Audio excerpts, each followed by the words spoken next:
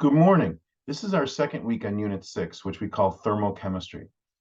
Thermochemistry, really this unit is focused on the energy of chemical reactions, which we've sort of ignored and not even talked about up until this unit.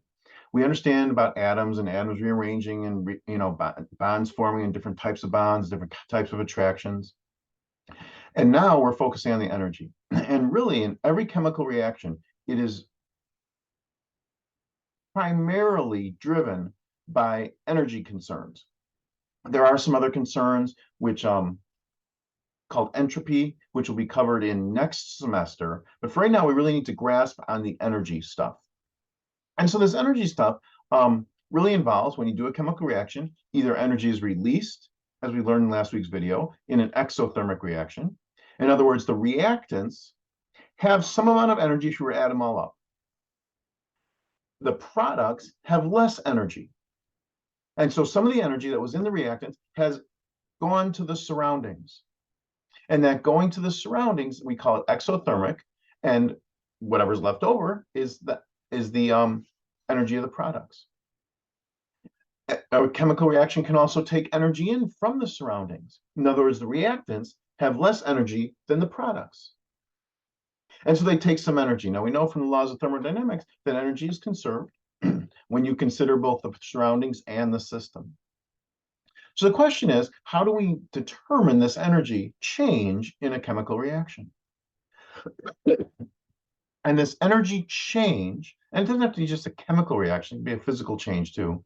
But in a chemical reaction, there are three ways that we can determine or calculate or know this energy. The first we studied pretty extensively last week is calorimetry.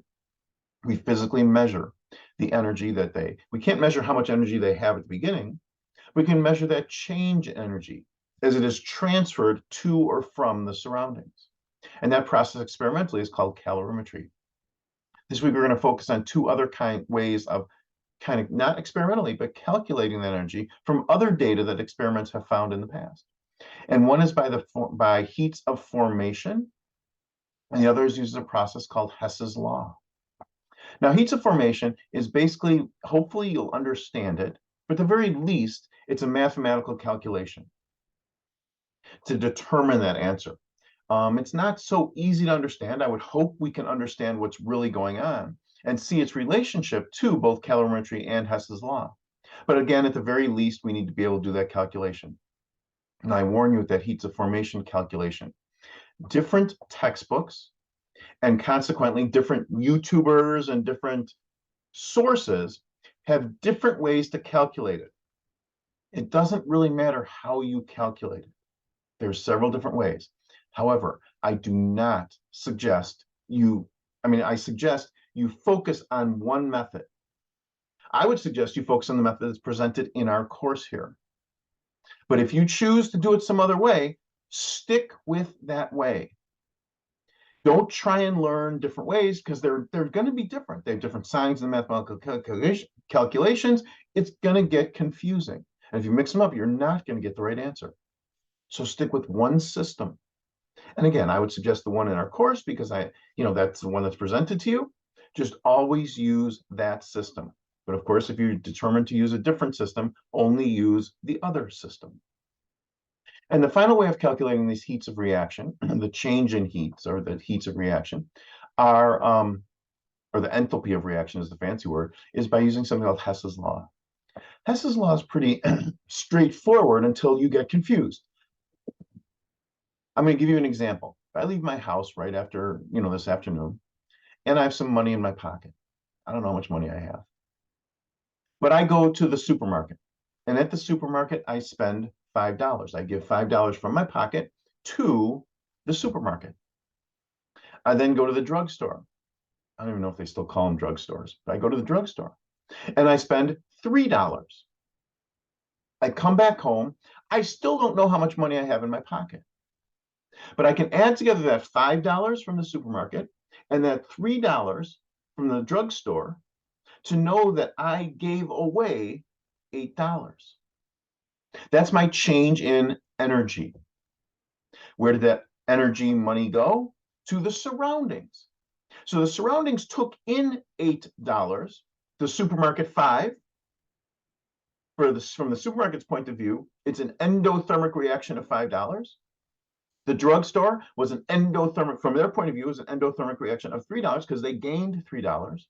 And from my point of view, it's a total of an exothermic, I lost $8. Hess's law says that we can add together the individual changes to calculate the difference between the beginning and the end. Now that sounds simple, and if you keep this kind of model in mind, or this example in mind, hopefully it'll work. What's going to end up happening is when you do Hess's law, you're going to have to find different pieces to add together to get from the beginning of your starting reactants to change them into the products. And it could be several steps, but those steps have to add together to get the product. Wouldn't have made a difference if I had gone to the drugstore first and the supermarket second. I would still have lost $8.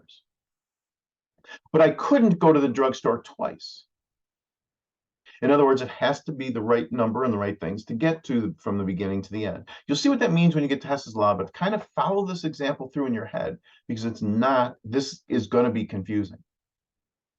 And that's Hess's law. There are 2 Pogels this week, which will help focus on these things and really understand them. Don't just get the answers. I've posted my answers, possible answers, to last week's Pogel to give you an idea of the way someone else or I am thinking. Okay. In addition to 2 Pogels this week, we must finish the Mastering Chemistry. And again, this Hess's law and heats of formation thing is going to be mathematically confusing. So make sure you patiently go through it and understand. So the 2 Pogels, the Mastering Chemistry, there will be an exam at the end of the week. There's no lab this week, which will give us time to make sure we understand this thermochemistry and to have our 10-minute meetings. You must sign up for and complete a 10-minute meeting with me just to touch base how things are going and see where we can move ahead as the semester is nearing its end. So no lab, again, 10-minute meeting, 2 Pogels, Mastering Chemistry, and the exam. The exam will be a little bit different this week. This exam will be on Mastering Chemistry, not through D2L. It'll be obvious how to get there when you get to D2L, but it's a slightly different format. And I don't think we're going to use HonorLock this week. I'm not sure, but if you don't see HonorLock, don't worry about it. It may not be there. That's still in production. So that's this week. Let me see, what else do I have? Please, I'm assessing or giving comments on the labs. Please be sure you go back, and when you take a look, go back to HOL and look at the comments I have made on your answers to make sure you completely understand. And again, if you don't understand either the comments I've made, if you don't, or if you have questions about the exam that I just gave back last night, please talk to me. I don't know if we'll be able to do it in our 10-minute meetings, but hopefully we can set up another time where we can make sure we understand. Okay. We're coming to a close here. We have a few more chapters to do. In fact, we have 7, 8. We have a few more chapters to do, but they're all sort of related. So we've done a lot of the stuff. If you have any questions on any of the old stuff, please ask. Now I know it's easy, not easy, but it's going to, as the holidays start coming up here, as the beautiful fall weather is out there, as things are starting to pile on your to-do list, it's easier to skip things or to kind of let them go in this class, or let them procrastinate a little bit, let them go till the end of the week. Please stay diligent. Please stay at work here. Please work hard and don't give up. Don't let any of your hard work from this semester slip. Keep it up. We'll talk about that in the 10-minute meetings if you have any concerns or anything. So again, this week is the end of thermochemistry. And please, the other thing about thermochemistry, so we focus on those 3 ways of calculating heats of reaction that we've learned so far: calorimetry, heats of formation, and Hess's law. Once we do that, we need to consider stoichiometry. Okay, today I went to the supermarket, today I went to the drugstore, and I lost or spent $8. If I do this process twice, I do it again tomorrow, my total change will now be $16. If I do it 5 times, I can take 5 times my change in money, $8, and I would lose a total of $40. That's stoichiometry. If a chemical reaction changes by 8 kilojoules, and you do that chemical reaction twice, it'll be a change of 16 kilojoules. If I do it 1.5 moles, 1.5 times, 1.5 moles, 1.5 times, it will be a total of 12. 8 times 1.5. So we can use these change in energies in a chemical equation and in a stoichiometry calculation.